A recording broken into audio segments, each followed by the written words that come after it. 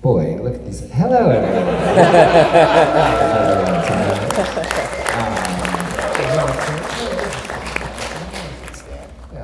Let's be casual. Let's be GQ casual. You know what I mean? Just two young men, one of us with great hair and one of us with not great hair. Yes, that was the pilot of Twin Peaks. What do we think?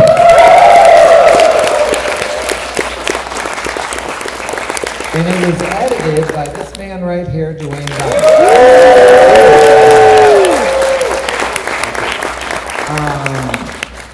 I mean, it's the greatest pilot of television ever. I think it's also the second greatest pilot. It's that good. I mean, it really is incredible.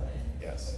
I mean, when you saw this footage coming in, were you like, this is television in 1990? I mean, it's mind-blowing.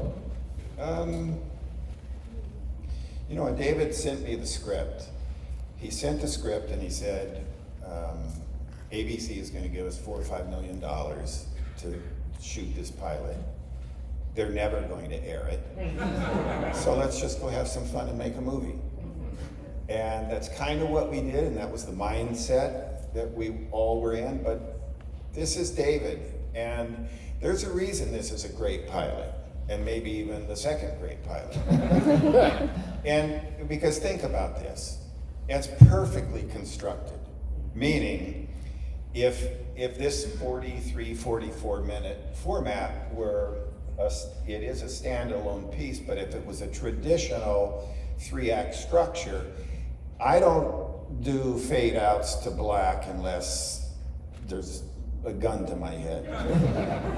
Those are commercial breaks, okay? That's not us doing that. Those are commercial breaks.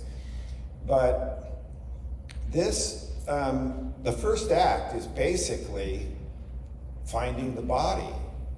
And then think what happens when you start introducing the characters. And what about Agent Cooper? Nobody ever seen anything like that. That's just, you know, that guy, he's so interesting. Then there's mystery within mystery. Every single character you meet in this town, you just go, what? The woman with the drapes, Lucy, and it goes on and on and on. And it keeps your attention. And I always say, I've been called in many times to help fix a movie. And movies that have a problem, that need fixing, all have the same problem. And it's 99.9% of the time. And that problem is you don't like the main character. So what can you do, in my case editorially, to adjust that? This, you don't have that problem. You know, the guy's whittling wood and Douglas fir, and it's like those trees and the donuts. And by the way, that I don't know, that animal head, that it just fell one night. And when they walked in the morning, there it was on the table. David said, that's perfect. Those are those magic moments that we all hope for and actually set the table for, hoping they happen, because you can't plan it.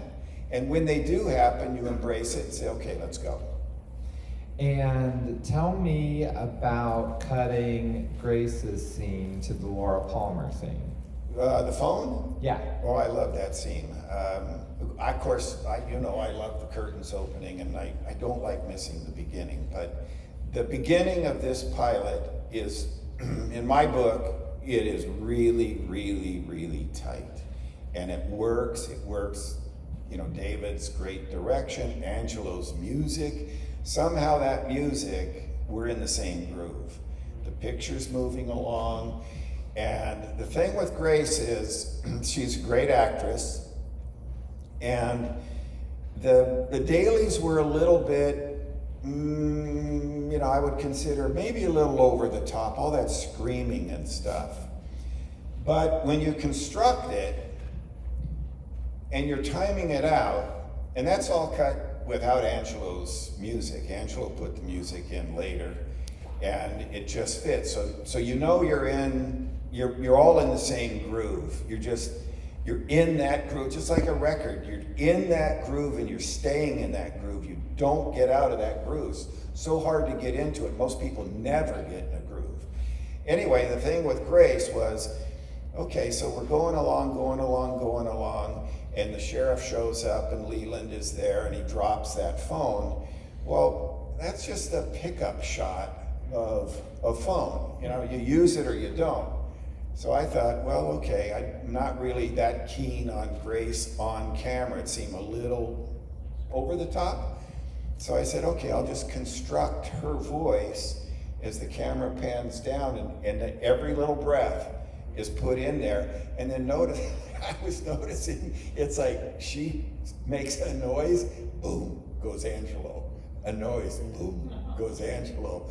Then it gets quiet. Then it goes quiet. Then a little bit at the very end. Then you can cut to Grace screaming for maximum impact. And I love that. I've seen it sometimes even here. It's out of context. It's just going down the phone and you go, huh? But when it's in context of the whole conversation and what's happening, where is Laura, where is Laura, where is Laura? It just works. You just go down that chord. And isn't that funny? We've been watching all these David Lynch movies. Every phone has a cord, or every cord has a phone. So it's not so old-fashioned.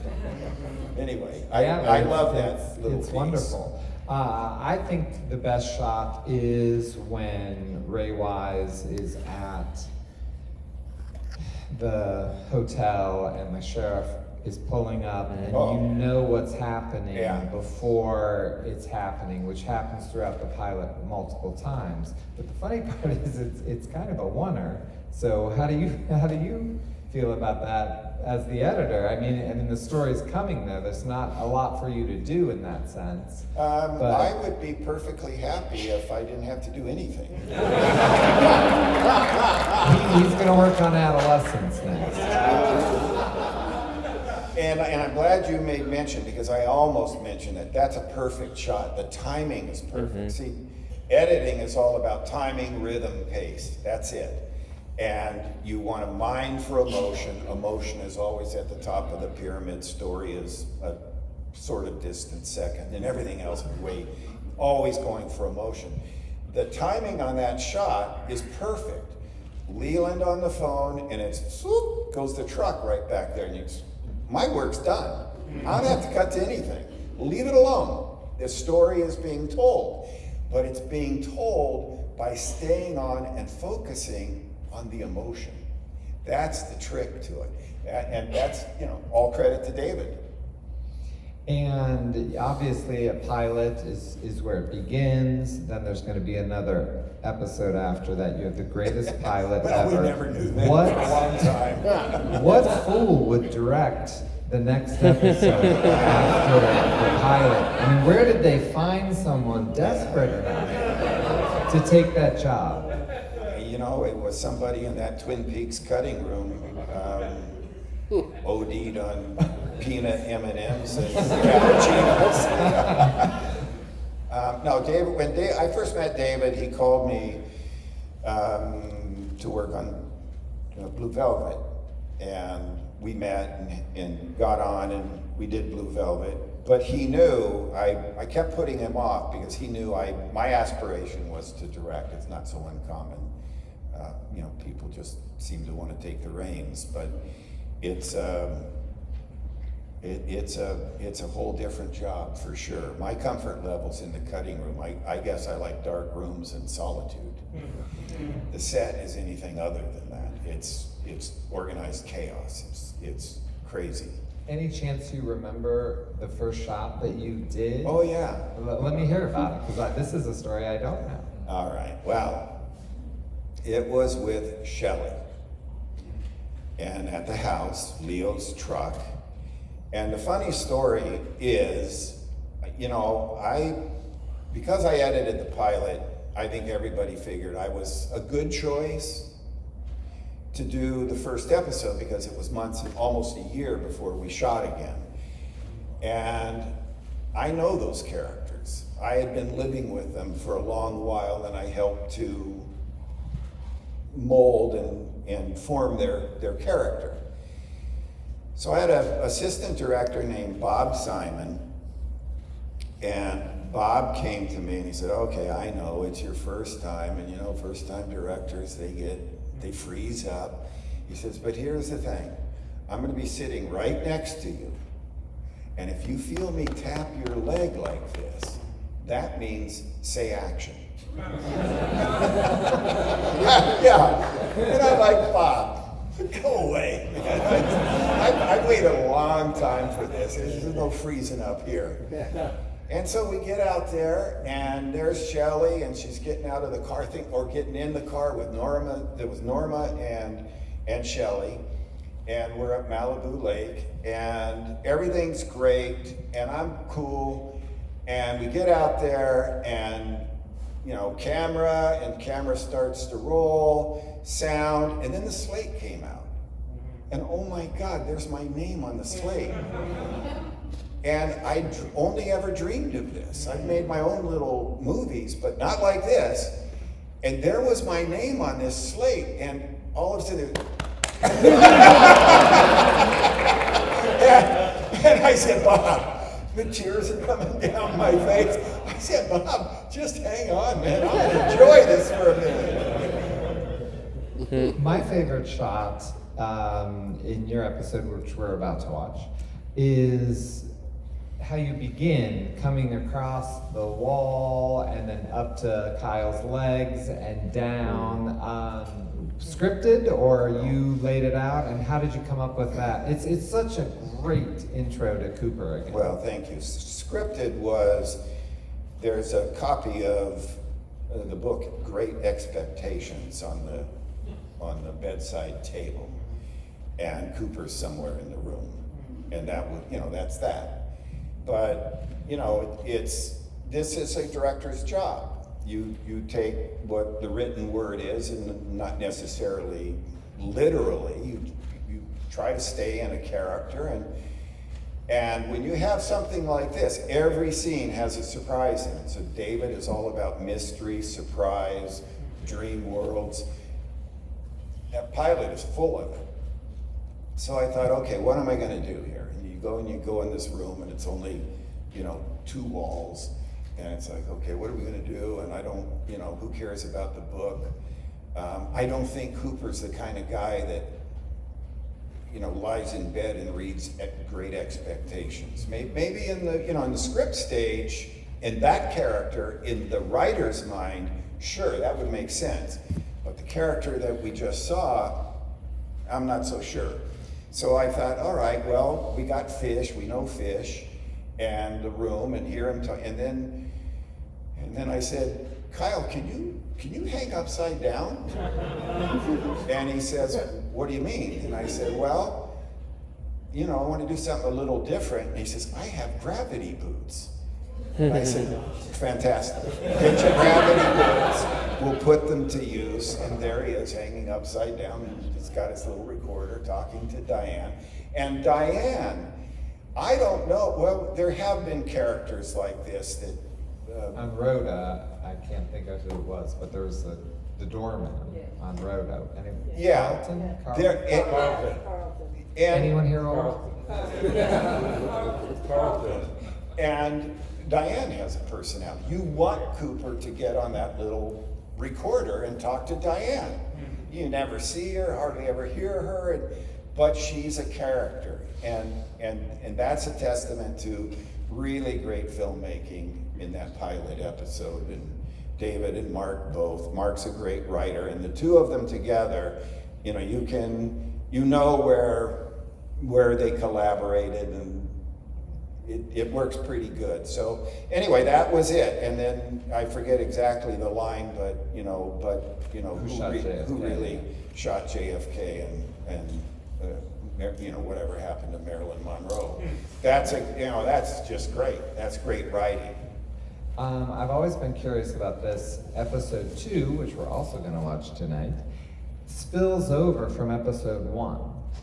Did David shoot that, or is that stuff from your episode that didn't fit in one that they click over? Like James is having dinner at the Hayward house. It starts at night, and every other episode starts in the morning.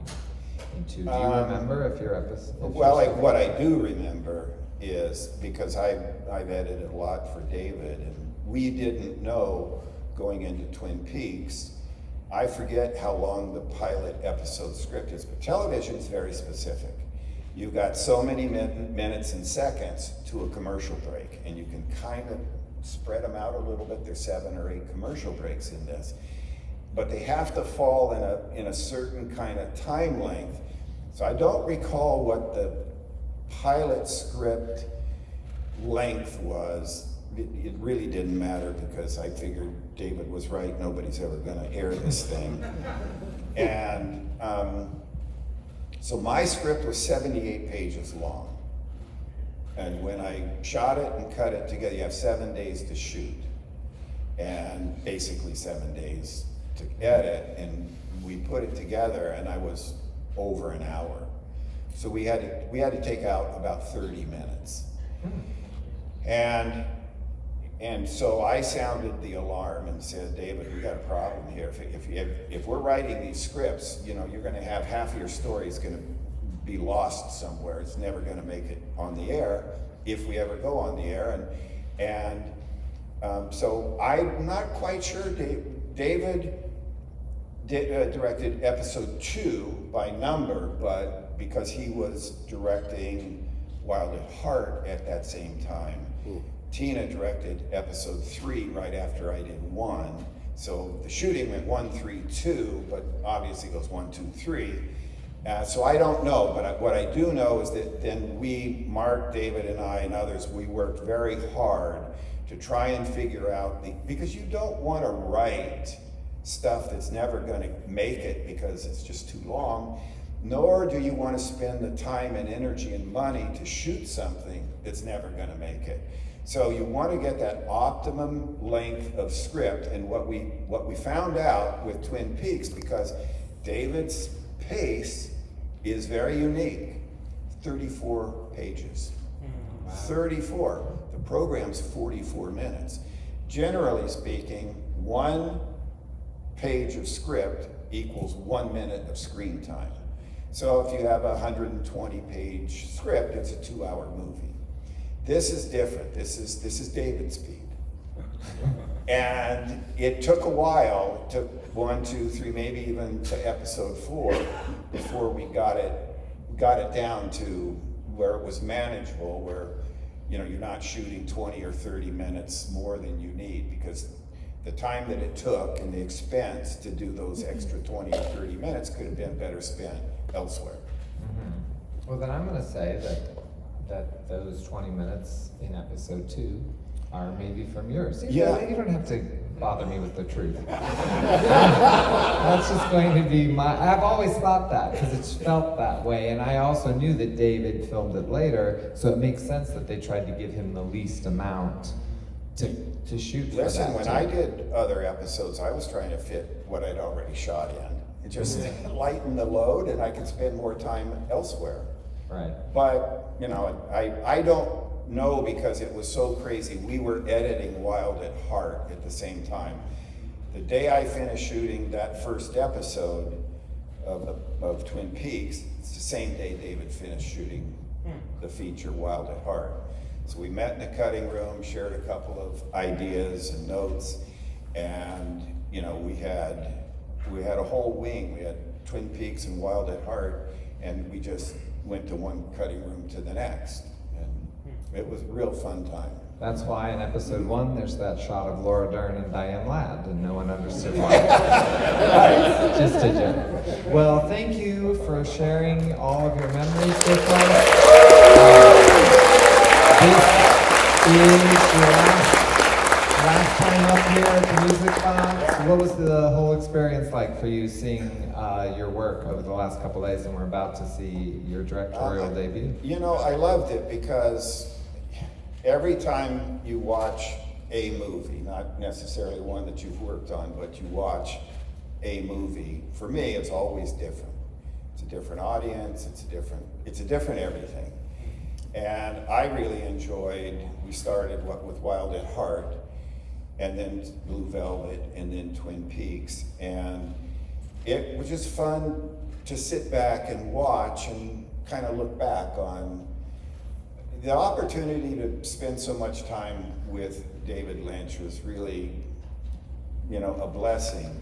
And people often ask me, because I spent a long time with George Lucas, and then a long time with David. And I always said that if either of them ever called me, those are the two guys I'd go back and work for again. But people often ask me, what's it like working for George Lucas and David Lynch? They seem so different. They're not. They're all both supremely talented. They're both visionaries. Their approach to filmmaking is very similar. Subject matter, miles apart, or universes apart. And, but David shoots around the movie, I shoot around the movie. George shoots around the movie. Steven Spielberg, Marty Scorsese, they shoot the movie. We shoot the movie around the movie, and we find it in the cutting room. And so my answer when people say, what was it like or is like working with George and David, I say I worked 7 years with George Lucas, and he taught me how to build a box. I worked 7 months with David Lynch, and he taught me how to take the lid off. And you see it in his work. He's constantly taking the lid off of things. And it's great, all kinds of surprises and mysteries in there.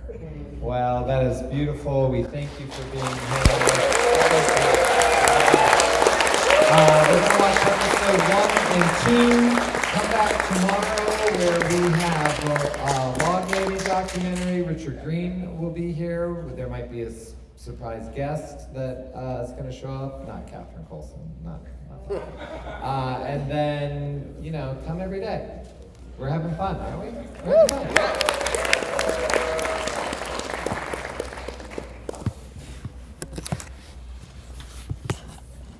Everyone but Spencer. Yes.